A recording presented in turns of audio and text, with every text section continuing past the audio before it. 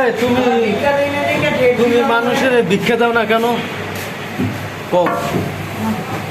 হ্যাঁ, ভিক্ষা এলাকার মানুষকে দিতে হয়, চিনা ওনা মানুষকে দিতে হয়। হ্যাঁ। যারা হাত নাই পাও নাই চলতে পারে না এরা দিতে হয়। হ্যাঁ।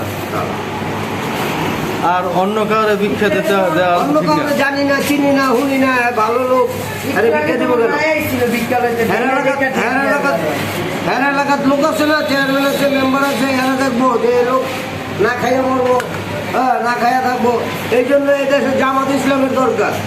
হ্যাঁ, এই জন্য এই দেশের সরকার জামাত ইসলামের দরকার। এই জন্য জামাত ইসলামের দরকার। জামাত আইয়া গোয়ার মধ্যে ফেলে আমরা মনে করো এই ভিক্ষুক খেলাইবো। এই হ্যাঁ, আর সাহায্য করবো স্বেচ্ছাসেবকেরা, সরকারের তরফ থেকে সাহায্য আইব। তাহলে তুমি চাও যে জামাত ক্ষমতায় আসে? হ্যাঁ, জামাত ক্ষমতা আসো। এই দেশে সব সালাই এক সালা। তো ভাই এই যে দেখেন দর্শক, এই যে এই লোক ভিক্ষুকের ভিক্ষা দেয় না। হ্যাঁ, আর ভিক্ষা দিতে হয় কাকে তা তো বললো। কাকে ভিক্ষা দিতে হয় ভাই একটু বলেন তো। অসহায়, হ্যাঁ, নিরুপায়, চলতে পারে না এবং হ্যাঁ। তাহলে এই ভিক্ষের মধ্যে জামাতের কি মানে ইসলামিক দৃষ্টি ভিক্ষা দিবে। হ্যাঁ, আমরা তো একটু মায়া রাত্রি দিয়ে দিই। হ্যাঁ, হ্যাঁ, কিন্তু এত ভিক্ষা করে নিয়ে বাবা খায়, নিশা খায়। হ্যাঁ। হ্যাঁ, তুমি তো টাকা দিয়ে গুলার বাকি হইলাম। ভাই ঠিকই বলেছে, ভাই ঠিকই বলেছে।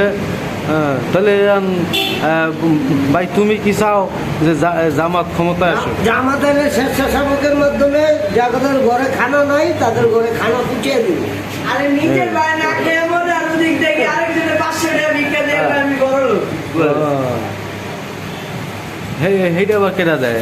মনে করো চাঁদা উঠায়, হ্যাঁ, চাঁদা উঠায় মসজিদে 50,000 টাকা দাম করে দেয়। হ্যাঁ, হ্যাঁ, হ্যাঁ, ঠিক আছে, হ্যাঁ। বেচে বাবা হিরুন গাঁজা, এই টাকা মসজিদে গিয়ে দাম করে দেয়। এই দান কোনো কাজে লাগবে? এটা ইমাম সাহেবেরা ভালো জানে। তো ইমাম সাহেব লয় তো?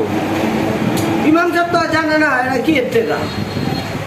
না, এলাকার মসজিদ যখন ইমাম সাহেব হয়তো বাবা বেচে আনছে না, গাঞ্জা বেচে আনছে, না, এটা তো জানে না। ইমাম সাহেব না জানলেও আশপাশ মানুষে তো জানে। জানে বয়ে কিছু পায় না, ভয়ে। হ্যাঁ। এই জন্য ওই